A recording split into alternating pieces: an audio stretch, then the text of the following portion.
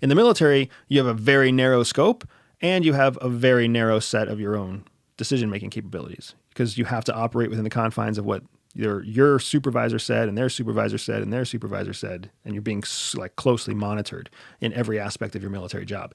Like pilots have 1,000 people watching them at all times. What's your altitude? What's your airspeed? What's your heading? And how much does it vary from the flight plan that you set? Like it's not a fun job when you're in the military.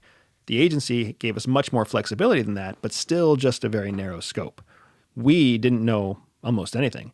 If I'm walking down the streets of any city in Africa or Asia or Latin America, there's operations happening all around me I have no idea about. Sure. There might even be people who don't know that I'm there because they don't have the need to know that I'm there in their city or in their country. And that's just kind of the nature of the beast. That's how we compartmentalize things to keep the individual officer secure, but also how we keep other operations That's the secure. word I was looking for, compartmentalization. It seems like there is, out of a necessity of the power of a secret and having the most limited number of people knowing it to avoid it getting out, there is significant compartmentalization Right. at CIA. Right.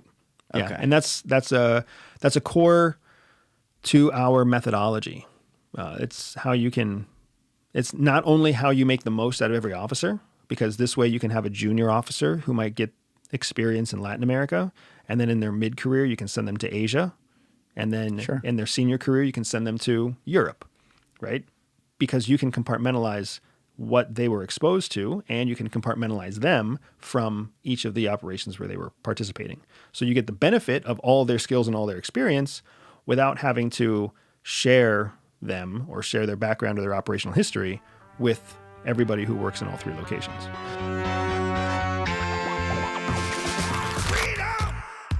So fresh, so